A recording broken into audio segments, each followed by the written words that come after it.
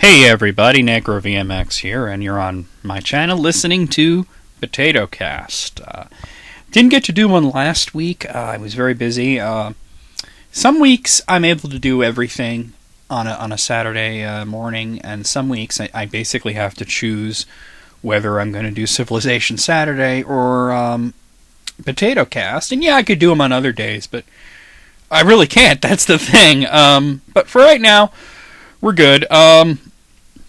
I'm not going to do Civilization Saturday this week. I'm going to do POTATOCAST. Hopefully next week I'll be able to do them both. I got a late start on things because I was busy writing, actually. I was writing for the Chronicles of a Dark Lord Episode 2 War of the Abyss DLC expansion, which is going to be coming out I'm late this year, early next year, somewhere around there. There's going to be a whole expansion that's going to add a whole new chapter to the game. That's going to be pretty cool.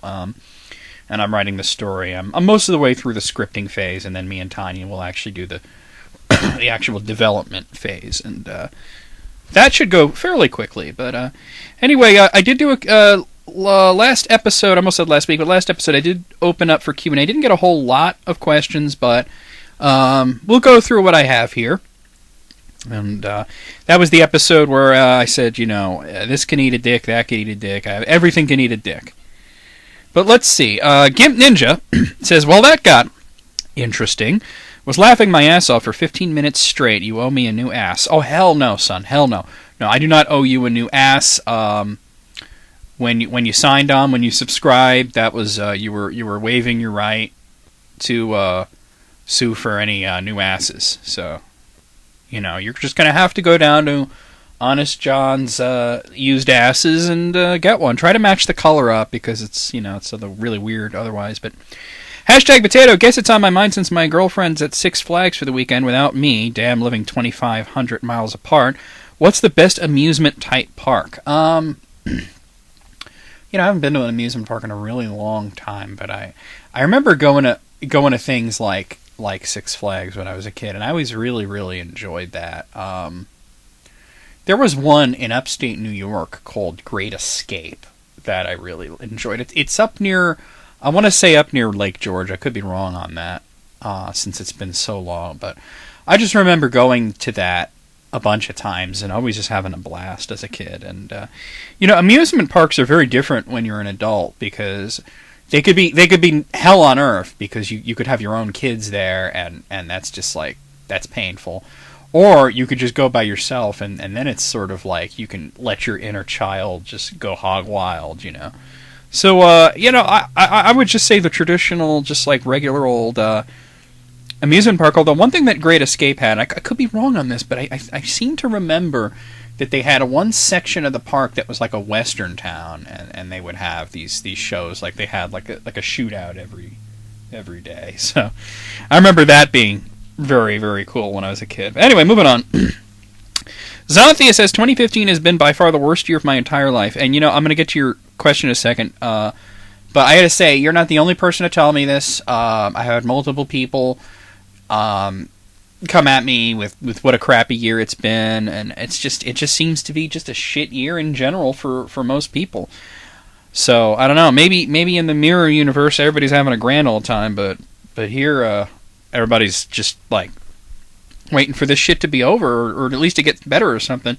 The year's you know, more than half over. It's August and it's late August, and we're all just waiting for a little bit of fucking sunshine, so to speak. But hashtag potato. Been to any concerts lately? I'm sad to say no. It's been quite a while. Ever since I started working 2 jobs, I haven't really been to any concerts. The last time I went to a show, well, the last couple of times, it was both of them were in New York City, and there was one in there was 2 in New York City and 1 in Jersey. Jersey, I went out to see Rush. That was great. That was like one of the best concerts I've ever been to be honest. And it's not my first time seeing Rush, but it was the best that I've seen them at. That was really fucking spectacular. That was on the tour right before Clockwork Angels came out, and they were debuting some of the songs from it. You know, they played Caravan and B2UB. So, and then after that, the last 2 concerts, I don't remember which one I went to first, but I did see Iron Maiden at Madison Square Garden, and they had Dream Theater opening for them. That was pretty awesome. And I saw... there was also the Scorpions. I just remember that. I went to see the Scorpions around that same time. And that was in... God, was that Jersey as well? I think it was the same place that I went to see Rush in Holmdel.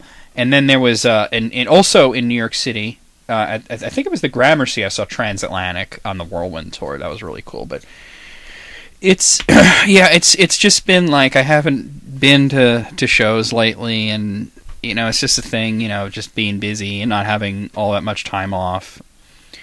And then when you do have time off, there's just like so many things that need to be done that you don't always have that opportunity, And it's funny because like I went from like never having the money to go to the concerts that I want to go to having the money but not having the time. And I think that I you know what, maybe I'm like Mr. Burns. I'm like, you know what, I'd be happier with the money. So, it's just a thing that happens. So there you go. Moving on to Wendy Testaberger. She's got 4 questions here. Hashtag potato. First of all, okay, let's back that up. Went in too hot there. Let's back it up. Back the truck up. Beep, beep, beep. All right, let's try this again. Hashtag potato. First of all, I love list critics and your LPs so great channel, Necro. I've got several questions. Well, first of all, thank you for watching the Let's Plays, especially. They don't get as many views as like the podcasts and stuff, and the Let's Plays are most of what I upload. I think they're good. I'm glad you think they're good as well. Number 1, can you find out who Tanya's favorite WWE wrestler is? Oh, yeah. I asked her. She said it's The Undertaker. I probably could have guessed that, since she does talk about The Undertaker quite a lot. Not quite a lot with me, because I know that she knows that I'm not a wrestling fan, and that when she starts talking about wrestling, I just my eyes glaze over, and I'm just like, oh, and I'm just like, I don't know, I'm thinking about like Call of Duty or something. I'm not thinking about wrestling. And then, but she does talk about it on Facebook every once in a while. Yeah, and I remember I asked her, I said, Wendy Testaberger wants to know who's your favorite WWE person, and because I don't know. And she goes, The Undertaker. And I go, oh, I guess I did kind of know that. So there you go. Number 2. I'm a huge fan of Kazareth Studios games and really love the characters and the overall story, especially Isis and Zyria, and how they are bisexuals and lesbians in the game. That I could really relate to. Was that a conscious decision influenced by recent events to make the characters like that, or something else entirely? Can you give us a behind-the-scenes sort of glimpse into that? Absolutely. First of all, it's definitely not a response to anything. It's not a response to any kind of recent events or anything like that, because these stories are actually, and these characters are actually pretty old. It all did start like more than 20 years ago, and Tanya and a bunch of people were on the AOL role-playing lobbies creating these stories, and just to give you a little piece of history here, almost every character in Chronicles of Dark Lord, both episodes and continuing on into the future episodes, are based on a person, and that's really where it comes from. Like for example, Tanya, like Magus is really based on Tanya, and also Majara, because Majara is like the alternate universe version of Magus. Zyria is based on Carissa, who is Tanya's wife. So you kind of see where that comes from, and you know that Zyria and Majara wind up together. Yeah, in the first game, Zyria and Magus are together, but the first game was very much an original story, and the second game, War of the Abyss, was really based on the ERP, the role play from back in the day. Basically, the story of it all was condensed into episode 2, and there's going to be some more of it in episode 3, but basically, like, it just so happened that a lot of the people, especially the females, first of all, there were a lot of females involved, and a lot of them were bi, well, let's say are bi, or they're gay, and they made their characters based on themselves. So that's really how it happened, and as you know, because you said, I kind of get the feeling that you're either gay or you're bi yourself, because you said you could relate to it. And I'm sure you could relate to what I'm about to say, is that, people on that spectrum, LGTB, I refuse to put the Q on it, I don't get what that's all about, but the people that are on that spectrum don't want a world where they have, extra rights or extra attention. They just want to be viewed as people. They don't want to be singled out. They don't want to be special attention drawn to them. They just want to be seen as, like, to use that kind of a weird word here, is normal.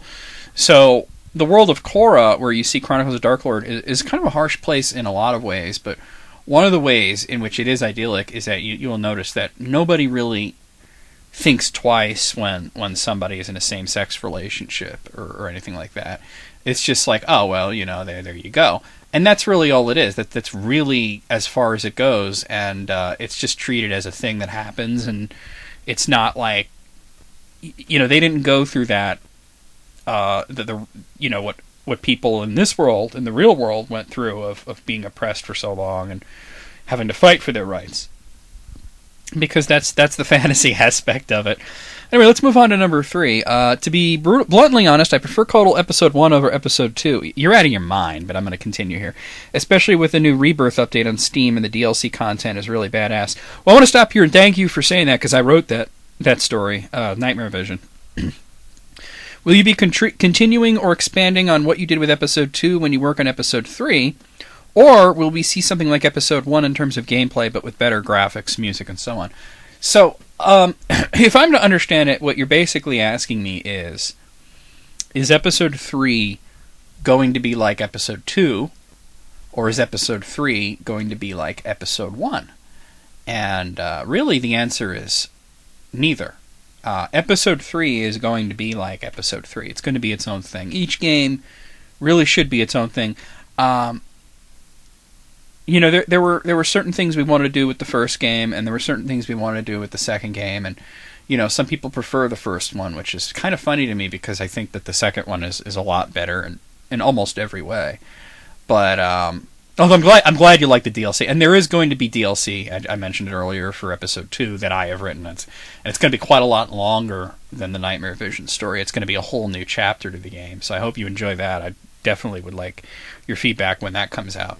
But when it comes down to it, is Episode 3 like one thing that we introduced in Episode 2 was the Scion Grid, and that was our way of doing like leveling and learning skills and whatnot. And it wasn't there just because we wanted to do something different. It also fit the story, Like part of it was, Tanya wanted to try something new, and part of it was it fit the story. And but the thing is, actually, the Scion, the whole thing is going to come to an end, actually, because in the DLC, in the expansion for Episode 2, it's going to actually explain what happens to the Scions, and why there's not going to be a Scion Grid in Episode 3. But Episode 3, I can't talk about it too much at this point, because it's all really in the conceptual stage right now, because we're working on other things. But one thing that I can say is that the leveling system is going to be different. It's not going to be like Episode 1 or Episode 2. I really want to give you like a little bit of it, though. I do want to tell you like a little bit of it because you're such a big fan. And I do want to say that one thing that will happen, and I'm not, like I said, I really can't give away much, but one thing that will happen in Episode 3, when you level up, you will be given a choice of where you want to take your character in terms of what stats they gain and what abilities they gain when they level up. You're actually going to be able to choose things. So I'll give you a little bit. That's what I'll give you there. The battle system is going to be different. It's going to be, not like completely reinventing the wheel, but like building the better mousetrap, so to speak. So trying to evolutionize it, not revolutionize it. All right, let me get to your final question here. If this is too personal, then it's okay if you don't want to answer, but I'm wondering, is it true that Tanya's transgender? I'm asking because I saw her Facebook profile pic and she legit looks beautiful. If she is transgender, does that tie into any of the games she works on? Also, if she is, does that ever come up as an issue in your company, or have there been any issues from fans? No issues within the company, because we when we hire people, we're very good about pointing out the EOE policy, the equal opportunity policy, and that we have such a wide variety of people at Kazara Studios. Like really, like it's such an eclectic mix, and everybody that comes on has to be okay with that. Otherwise, it's going to create issues, and we won't bring on somebody who we feel could cause friction. Because, see, here's the thing. Like in Tanya doesn't think about being trans. She is transgender, but she doesn't think about it being transgender because in her mind, in her soul, she's just a woman who may have been born with some extraneous parts and needed some surgery, and that's really all there is to it. But like I've known Tanya for a long time, and I can't think of Tanya as anything but just like this chick that I know, you know. So as for fans, honestly, anybody who's going to have an issue, yeah, she gets the hate mail, she gets threats, you know, all kinds of crazy crap. Some of the reviews we have on Steam, the negative reviews apparently came from members of a forum that was in some way associated with Gamergate, and they were just angry that there's a company out there with their games on Steam who have a woman who is transgender and also a lesbian and who's the CEO, and I guess they make the assumption that because she's all that she must be some sort of activist, and which couldn't be farther from the truth. Is we don't think about these things. We think about the games. You know, that's really what it's all about.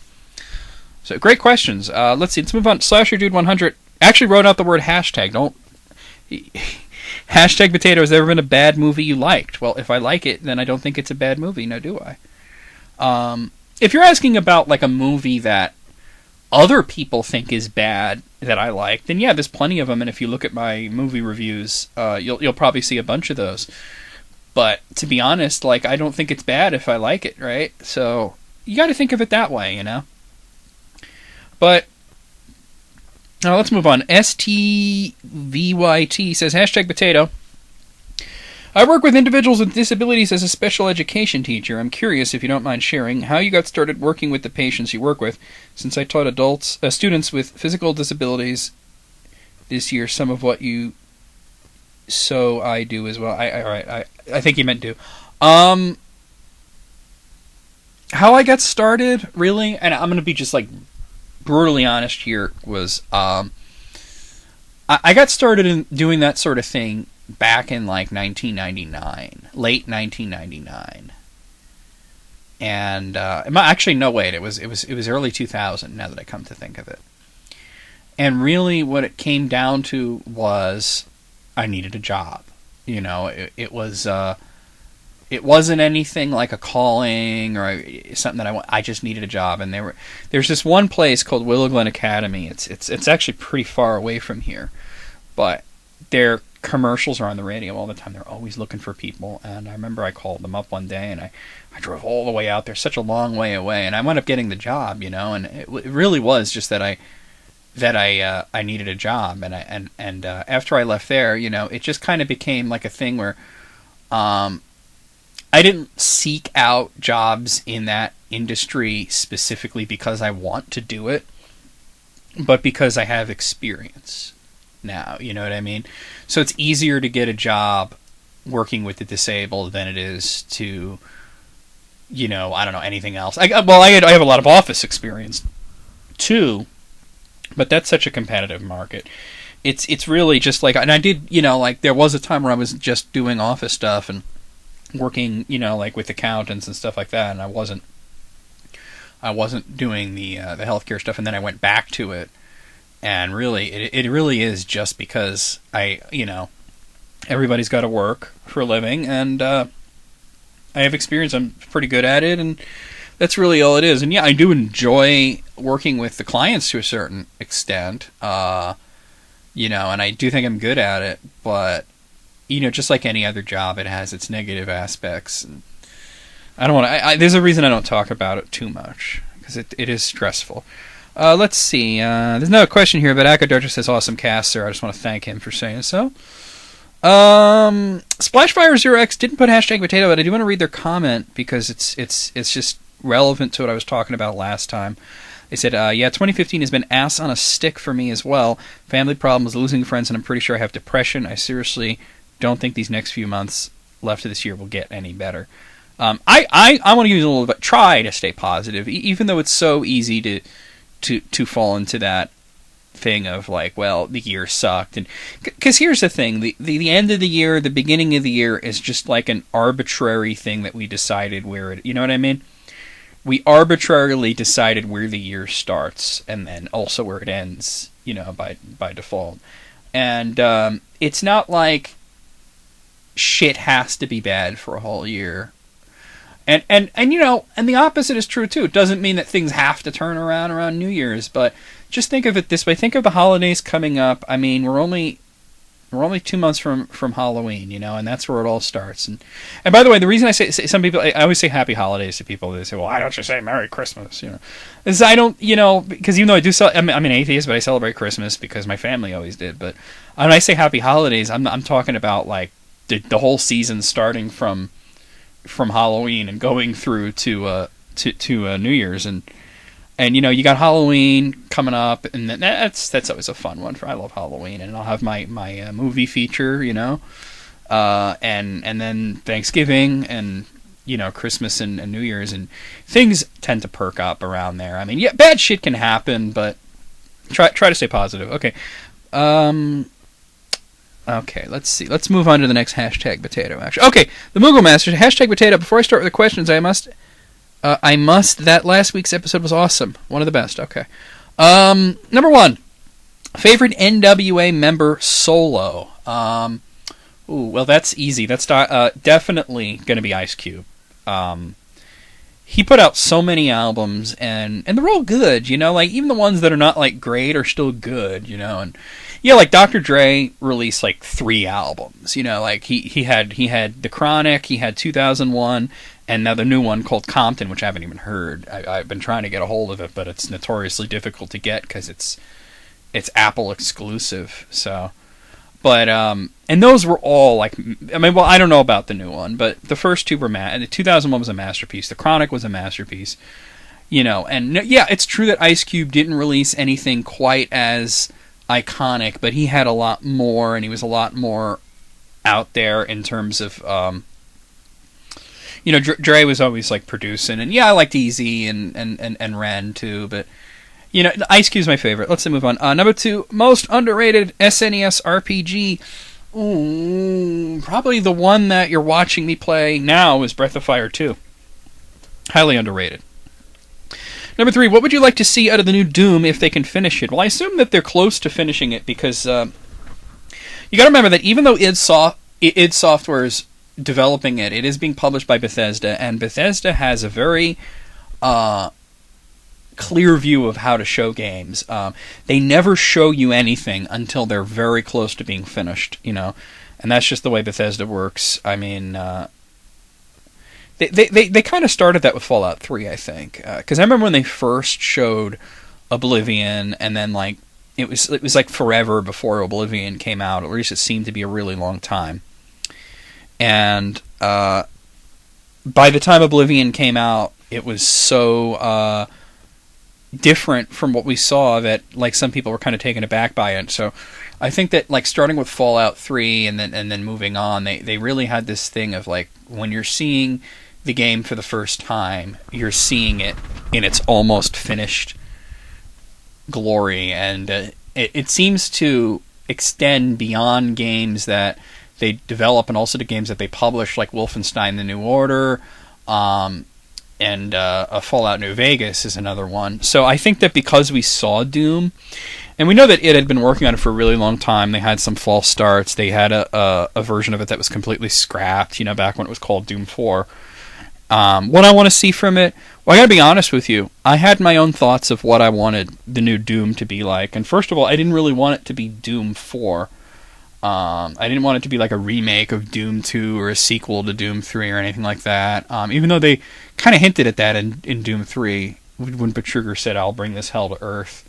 You know, Doom 2 was hell on Earth. But really what I wanted to see from it was basically what they showed. And when they showed it, I was so happy because it was what I wanted. It looked like an HD Doom 3 in terms of its aesthetics, but it was also much more fast-paced and mobile. There were a lot more enemies. It was more action-based, less horror-based, and that to me made it look really fun. And so basically, if what we saw at E3 is what we get, I'll be very happy. And finally, number 4, do you like games that go for a retro feel, or are you not into them? Well, considering I make games that go for a retro feel, what do you think? All right, let's see. There's a blank comment here from this guy, John Lampa. There's a comment thing, but there's nothing there. I wonder if the guy edited his comment or something. I'm just going to look at my email and see what comes through here. Yeah, no, it's just blank. For some reason, I got a blank comment, so I don't know if you meant to put something there or what, but it ain't there. Just tell you that right now. Okay, The Undertaker. No, there's no hashtag potato here. All right, I'm going to move on. He's just talking in general. I don't want to spend too much time on this, but I only have one more. Is Serpent21, hashtag potato. Thank you for putting so much of the show into what's been going on. I really appreciate it. Just to stop there and answer that. Yeah, I mean, it was happening to me too, so... I really wanted to call the guy out and put him on blast, and it seems to be abated for now. I mean, of course, the thing about these trolls, the ones that are very persistent, is that the very moment that you think they've stopped, or that you acknowledge that it stopped, is when they start again. So, always be on the lookout for that kind of thing, constant vigilance and all that. But it seems to slow down at least. See, was there ever a time when you stopped watching The Simpsons because you felt the quality of the show dip? Thank you, and have a great day. And Schadenfreude, does Germans have a word for everything? No. Never. There were times where I stopped watching The Simpsons because I got fatigued with it, but never because I thought the show was bad. And see, the thing is, when you watch something for so long, you can get fatigued with it and just, give it up for a while. And then you come back, a couple of years later, and you watch those episodes that you missed, and you're like, oh my god, why did I stop watching this? This is great. I honestly think The Simpsons is just as good today as it ever was. Yeah, there's occasional clunker episodes, but that was true back in the so-called glory days as well. So there you go. Well, anyway, that's Q&A. I'm not going to do another one for a while. So, if you do have questions that you want answered, you don't need to use hashtag potato. That's for Q&A when I do it on the show. But you can just leave me comments, and I'll try to answer via text as many as I can or have time to. I do try to put aside an hour or so a week to go through comments on YouTube and try and reply to them, because when I get a comment, it's usually coming through to my phone, and I look at it and I read every comment I get, and I get it on my phone. I'll be like, oh, there you go, and then I don't always have the time to answer that right then, so I do try to take the time to go through comments, to comb through the you go to youtube.com/comments, and that's a really great resource for doing that. What I did want to talk about this week was actually I want to talk about Zombie Sneak Attack a little bit. And for those of you who are new subscribers, especially if you've subscribed this year, or if you've just started listening this year, you may not have seen any Zombie Sneak Attack. But Zombie Sneak Attack is a band, so to speak. It's a music project that me and my friend Andrew do that is just it's not pleasant to listen to by any sense. We are the worst band in the world, and proud of it. You will never find a worse band, and that's sort of the joke of it. And everything that we do is, for comedy. We did put out an album in 2015, very beginning. We put it out on New Year's Day. It was called New Year's Revolution, and that was sort of the comeback album because... Well, I want to talk about the history of it. I did do... because we are working... Me and Andrew have been working really hard on the last 2 weeks on the new Zombie Sneak Attack record. And I did want to talk about that, and because that is going to be coming up, and I am actually going to be debuting a song on the show, on POTATOCAST, today, so you're going to get to hear one of the new songs in a little bit. But I kind of wanted to give you guys the history. Yes, there's a video on my channel called The History of Zombie Sneak Attack, but it's the fictionalized history of the band. We always thought it would be funny to come up with this really sort of fantastical nonsense history, but... so this goes back to to 2001 or so, and I remember it's right around the time that I met Andrew, and when I met Andrew, he came with basically it was almost like a marriage, when you have a wedding that you go to, not necessarily when you're getting married, but when you have a wedding, somebody in your family gets married, and then all of a sudden everybody that let's say you're on the bride's side, and then the guy that she marries, basically his whole family is now like your family, like, you know, and vice versa. So it's like it doubles the size of your family every time somebody gets married. And when I met Andrew, he had his whole like circle of friends, and then there was my circle of friends, and it was almost like that. So there was this guy Mark, and we make fun of him a lot now, but and I'm still Facebook friends with him, which is crazy after all we've been through. And you know, he's been through the 12 steps like about 12 times, I think. So, and that would be one gross, and yeah, so there you go. But he was just this like crazy stoner guy. His online name was Scotica. That's how I met him. I met him as Scotica. And Scotica's thing, he was. I tell you, the name Scotica came from. It was a mixture of Scott, which is his last name, and Metallica. So he was a big Metallica fan, so he came up with Scotica. So anyway, he was like that one friend that you have that's like the druggy and kind of crazy and is always getting up to weird shit and always has these wild stories, but a lot of them aren't even true, and a lot of it is made up, and his whole persona is just like really exaggerated and kind of fake, which you tend to find out later, especially if they are a junkie like he did turn out to be. And you know, when we met him, he was just a pothead, you know, and I don't mind people smoking weed. I don't give a shit, but he got into some hard shit. Like he did everything. Like I mean, he was doing like the mushrooms and heroin and cocaine and meth and all that. And it's just like, and we've done so many Zombie Sneak Attack songs and records just making fun of him. Like we had a record called Sobriety is Hard just to make fun of him. We had a song Faces of Meth or something like that. And there was the concept album we did that was called Psychotropic Seminiferous Tubules, which is tripping balls. And yeah, and by the way, if anybody's wondering, because I know there are ZSA fans out there who are wondering like when is the sequel, because I did talk about Trippin' Balls would be the sequel, like PTS Psychotropic PST2. I had to say it. PST2 Trippin' Balls, and I had a whole trilogy planned out. We did make a couple of singles for it, but we kind of put that on hold. Like me and Andrew kind of burnt out on it. But I want to talk about the history of Zombie Sneak Attack before I get into that. Basically, Andrew and Mark and all these guys would make these references to something like Zombie Sneak Attack as his band. And I thought there was a band called Zombie Sneak Attack out there, you know, like there really was. And there was this grindcore band out there called Zombie Sneak Attack. But it turned out it was like Mark and this one other guy, Sam. And Sam, if you're listening, hi, I know you're a subscriber. I don't know if you've listened to PotatoCast, but and Sam was like the guy that wasn't even around. Like basically what it came down to is they came up with the idea to do like a joke kind of gore grind band, and they called the style of music, and I want the word music to be in quotes in your head, called Internet Glitch Grind. And they created a record called what was it called? Surprisingly Vicious Torture or something like that. Oh, no, I know. It was Incredibly Painful Torture, and it was just these two songs. There's a song called Incredibly Painful Torture, and then there was like the B-side, which was this other song called Gun Down on the Wheelchair Access Ramp.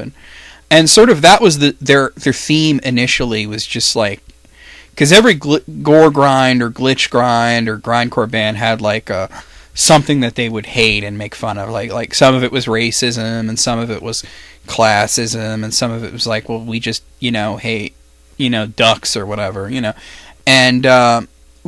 and there was always a theme, and with Zombie Sneak Attack, initially the theme was disabled people. They were just going to make fun of disabled people because nobody does that. Nobody, does like whole records talking about like fuck disabled people and all that. And it's kind of funny because you think like it's such a sacred cow. Nobody does that. But hold on a second. I'm just going to pause here. I got to bring up the record here. Okay, there we go. So basically what went on was that they made these songs, like I said in quotes, songs, and like the one that I heard initially was Gun Down on the Wheelchair Access Ramp, and it was funny because it was like, due to some violent content, parental discretion is advised. And then it was like the most horrible noise that you could imagine for like for like 30 seconds, and the songs are all really, really short. Like like I said, I have the record up right here, the first album, because they did the single, and they were giving it to people on like metal boards and stuff, like just to fuck with people. Like, oh, you got to hear this new shit, the new hotness, and the Zombie Sneak Attack, and they'd send the the MP3 files over, and then people would be like, "What the fuck is this shit?" And they'd be like, it's Zombie Sneak Attack. And it was just a way to mess with people, but eventually the two of them, Sam and Mark, came together and they made a record called Scream Till You Die, and I have it up in front of me. And literally, like, the longest song on it is 40 seconds. That's the Incredibly Painful Torture. And then, like, some of them are really short. There's a song called Maggot-Filled Liver that's only 7 seconds long. So that was also the kind of thing where they did, like, these incredibly short. So I'm just going to list these songs off to you because, like, the funniest part of this is... And this came out in, like I said, 2001. The first record, Scream Till You Die. And here are the songs we got. Scream Till You Die, Smugglin' Plums, Maggot-Filled Liver, Drink Bleach, Slaughter on the Retard Bus, LBT, which actually stands for Lesbian Tampon Buffet, Brutal Dismemberment, Incredibly Painful Torture, Renal Biopsy. So there's all this medical stuff, Butt Cheeks Torn Asunder, 45-Mile Colostomy, She Blinded Me with Science, So I Chopped Off Her Head, and then there's a quote-unquote live version of Slaughter on the Retard Bus, which is just like with some crowd sounds and edited to sound all crappy. So they were just like distributing this out, and at one point like Sam even had it like pressed onto an actual CD and made like art for it and everything. It was just like this ugly ass cat on the front of the cover, and it was like Zombie Sneak Attack, Scream Till You Die, and they were like making copies of it and handing it out to people, and it was all a big joke, but they had fans, and like Andrew was a fan because like you listen to this stuff and it's so ridiculously bad that it becomes funny, and and that's where it became like they eventually had a second album. So Sam just stopped doing it. He lost interest, and then Mark was doing it on his own, and he did the second record it was just called Zombie Sneak Attack, actually. And I have it here, and I'll give you the song titles on here. There's Intro, there's Gun Down on the Wheelchair Access Ramp. Okay, anyway, this is when it was still the two of them. Then there was the song Zombie Sneak Attack, You Have Been Crushed, Fist City Fisters, I love that one, Intermission, They're Eating Me Alive, The Way of Pain, Scream Collage is exactly what it sounds like, No Lectures, No Witnesses, No Compromises, Asshole Weapon, Addicted to Fellatio, High Vocals Test, then there's Savak, S-A-V-A-K, Rape Dog Squad, Guitar Solo, The Cat Came Back, Fist of Satan, which was a cover song, and then the Final Mission outro. So, like, after that was when Sam left, and it was just Mark on his own, and he was going to do we knew this other guy, Sean, and if you've, like, listened to the stuff, you see that we do name drop him a lot. As a matter of fact, on the upcoming record, which is, by the way, it's called Straight Outta Hell, there is a song called Sean Huckabee it's Ronda Rousey versus Sean Huckabee, and it's exactly 21 seconds long. So we had to make that reference to Ronda Rousey. But you see, in the beginning, the first two records especially, it was all like like making fun of like disabled people and all this medical shit, and then eventually it became like gross stuff, But he was working on an album. He wanted to call it The Ballad of Sean Huckabee, because this guy Sean that we knew was a total fucking asshole, and we wanted to release this. He had this own music project, which is all this like ambient piano bullshit called the Omniverse, and we wanted to make fun of him. And we came up with. I remember like I made an AOL screen name, because it was like basically Zombie Sneak Attack at this point was like me and Mark at this point, because I was coming up with like the song titles and he was doing the music, and he was doing, and it became like really like weird synthesizer shit. But anyway, what happened was I remember I made this AOL screen name, and I pretended to be like a record executive, I was a marketing person for Shut the Fuck Up Records, and I actually talked to Sean. Like, this is like after we all stopped talking to him because he's such a fucking dick. And I went and added him, and then I was like, hey, I'm from Shut the Fuck Up Records, and you hear our new record from Zombie Sneak Attack. It's called The Ballad of Sean Huckabee. That's his name, and I was showing him the song titles and shit. I even had him listen to like one of his songs, And so he so he was going to do this, and he never finished it. And basically, instead of like the third album being that, it wound up being called Splitting Bitches, because that was one of the singles on it. And I have that here. So here's the songs from Splitting Bitches. I'm giving you a whole history here. We have T-5 till rape. Bad guy walking into the room in an 80s cartoon. I gotta stop and explain that.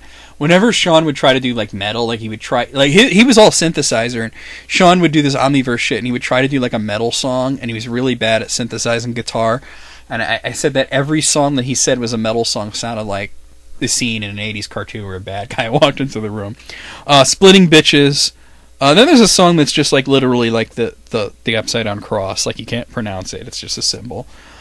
Suicide by Train, the Osama Samba, Bad Dreams, the Resurrection of Reverend Horsenuts, Fuck Rob Loudnet and his weak site. I'll give you the history behind that. Rob Loudnet had this site called loudnet.com where he did like reviews of extreme metal bands and shit, and I think as a joke, Sam or Mark must have sent him Scream Till You Die, and he actually wrote like a real actual review of it. Like he didn't realize it was a joke, and he wrote like an actual review of it, and he bitched about how they're not real gore grind, and you know, it was pretty funny. So they wrote a song called Fuck Rob Loudon on his weak site. Murder at the Mental Hospital, that's a holdover there. Tales from the Rejectopsy. Dan, and in parentheses it says Dan is gay. I don't know who Dan is, but apparently he's gay. Euronymous Lives, Fat Freddy's Fetal Fast Food Follies, Broken Beats and Broken Bones, and Breakdancing in a Minefield.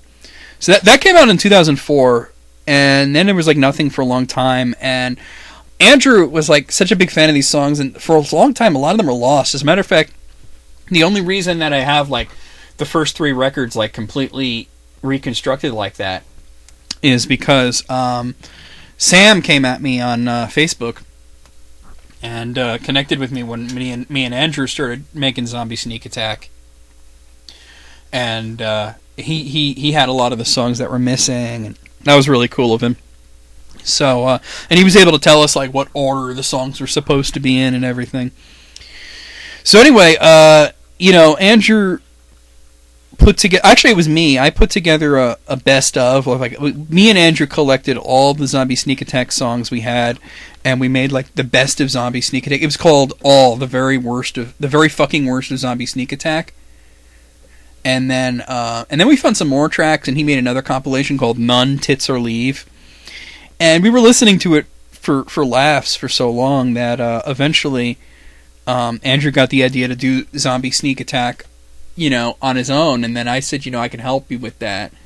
And initially it was going to be that he was going to do all the music, and that I would just come up with the jokes, And what happened was he took so fucking long to make a song that I started making them my own, and I made a song called Obama Rama. And I showed it to him, and he just laughed his ass off, and he's like, "This is so stupid, I love it." And we started, like going back and forth, and we made an album called Lies All Lies, and that was like the comeback record. And that, let me see, I'm trying to find it in my media player here. Where's Lies All Lies? Oh, here it is. Okay, Lies All Lies was the first one we did. Came out in 2011. And for a while, we were pumping these records out like crazy, and I was putting them on YouTube and Facebook and shit, and we were just making them like all the time. And I remember while we were working on Lies All Lies, I made a sampler called Glass Cats, and I put that on YouTube. That was like the first time anybody on YouTube had really heard ZSA, But like I put up Lies All Lies, and it's like 30 songs, man. It's like a long one, and most of the songs are pretty long by ZSA standards. Like some of them like are over a minute, But I'm just gonna read you off the songs here. We have Oh Snap Son, Osama bin Skatica is Dead. You can see we're making fun of him a lot. Goat Intruder, Defecating on TV, Fister of Satan, a sequel. Zombies Don't Do Stealth, I Miss My Teeth, the Ballad of Mark Scott. So you can see that's the second one where we're just like viciously because when we heard he was on meth, we were making all these jokes about his teeth falling out and shit. Front Loop, that was making fun of Sean because his initial his first AOL screen name was Fruit Loop, because I think he wanted it to be Fruit Loop, but he didn't know how to spell fruit. Which is funny because in the serial it's F-R-O-O-T, but it's F-R-U-T. And he had this site called Fruit Loop with like a picture of like a fucking toucan on it. And it was so stupid. So we just decided to make fun of him because he's very ashamed of that. We have Cakey Face Goes to Hell. The Rolling Stones Need to Shut Up and Die. Kelonophilia. Loudnet.com no longer exists. That's another Rob Loudnet joke there. Obama-Rama. My Dick. Count Grishnak is out of prison. Then I thought it would be funny to do a song that has like a really, really fucking long title and is only a second long. And Media Player doesn't even display the whole thing, but I can bring it up in my... Let's see, it's walking through dark hallways, my eyes darting from side to side, my shotgun... Oh, okay, like I gotta read this from the beginning. I'm fucking up here. This is the name of the song. It's called Walking Through Dark Hallways. My eyes darting from side to side, I whip my shotgun around in anticipation of the next undead abomination to leap from the darkness, spraying bile from its mouth like a rabid dog spraying foam. But the zombies are quiet tonight, choosing to stay in the dark corners in defiance. Will I be the victim of a zombie sneak attack? And then the next song, which was like a really long, it was like 3 minutes long, it was called Yeah. So that was kind of a joke there. Cease and Desist was based around the fact that in the interim between like the old version of ZSA and when we brought it back, there was this other band from Virginia called Zombie Sneak Attack, and they had a MySpace page, and they were really bad, but they weren't as bad as we were. They were like we're funny bad, they're just bad, you know. So we had this like, it's basically this sketch where a lawyer shows up and just like shoots them to death for being Zombie Sneak Attack. Like, we call them Zombie Fake Attack. Jam It In, Oi Polloi, Dies, Goddamn Frank Miller, Eat My Melted Shit, Conalis Lives in My Toilet. Is a long story behind that. But I Poop From There, Not Right Now You Don't, as actual dialogue from a porno movie that Andrew saw once. Actually, it was Sean saw it once. Yaw of the Shaft, Duke Nukem Forever is coming out before Scott makes another song. Thank Science for Dead Christians, The Truck Have Started to Move, J Styles Massive Afro, and Song About Video Games is the last one on there. So, yeah, that's what happened there with Lies All Lies. And then we started pumping them out really quickly. So, you know, I don't really want to go through every single album we made and all the EPs and shit, but they're like, for the most part, they're all on YouTube, and, you know... like I'll tell you like the names of them. I'm not gonna go through like every song because there's a lot of them. Because for a while we were doing like 5 of them in a year, you know. But let's see. I'm just like, okay, we had Art for Lack of a Better Word. We had Fuck You, Here's Your Christmas EP. We had Gah, We Killed the Song Hoarder. We had Game Over, You Suck. There's Glass Cats. I mentioned that. We had one called Hand Sniffer, which is all crazy ambient shit. I mentioned Lies All Lies. We did 2 live albums, which was like basically just like, you know, it was fake live, but it was kind of funny. There was Live from the End of the World and Live from Shitman's Bar. There was a New Kind of Unlistenable. Processed Singles is like a collection of shit we did that wasn't on any particular album. I mentioned Psychotropic Seminiferous Tubules earlier. That was the concept one. There was, I love this title, Roses Are Red, Violets Are Blue, I'll Fuck You With a Rake. There was Scream Till Daddy Stops. That was the second one we ever did. That was a really funny one, too. Sobriety is Hard, I mentioned that. Some Shit We Found in the Crawl Space as an EP. There was one EP we put out. We like to put them EPs out on holidays. Like we had one for Valentine's Day called 2 in the Heart, 1 in the Dome, Love Songs for the Modern Age. We had We Are Zombie Sneak Attack. There was also Zombie Sneak Attack Sellout. So, you know, but anyway, and then there was New Year's Revolution, which I mentioned. But we're coming out with a new one. Don't know exactly when, but we're coming out with a new one. It's called Straight Outta Hell, and I'm gonna end the show by giving you a preview of one of the songs. It's called #DeezeNuts 2016. So I'm gonna debut that right now. Here we go. Oh, cause some came in the mail today. Yeah, I did. These nuts.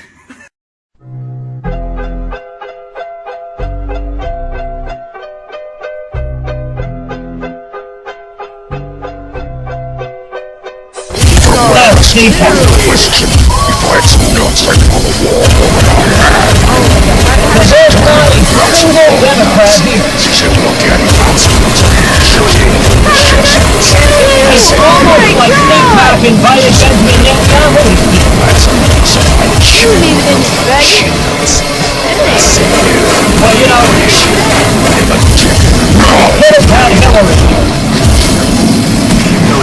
We couldn't find a foreign nation to put God, it in. humiliated. I'm sorry.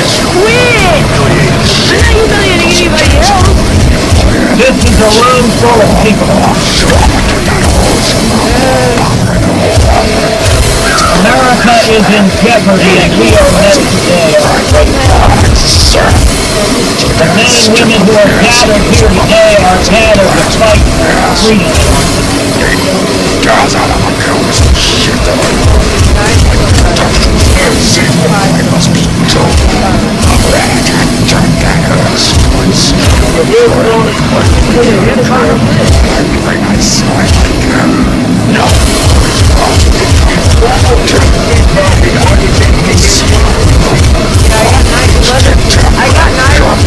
I got knives 11 times and I still got hurt.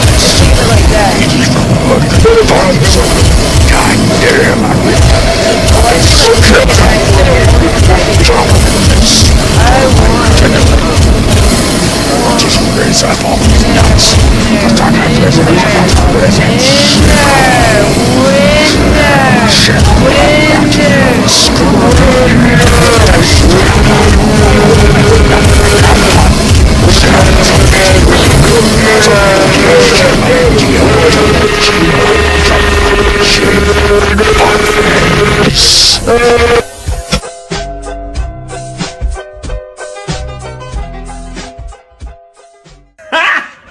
Got him!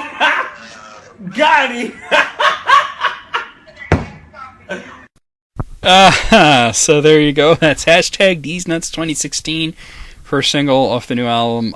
It's actually the third track on the album, Straight Outta Hell.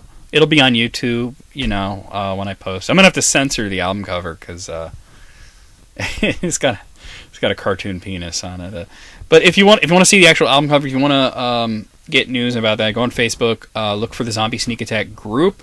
Either me or Andrew will add you, and yeah.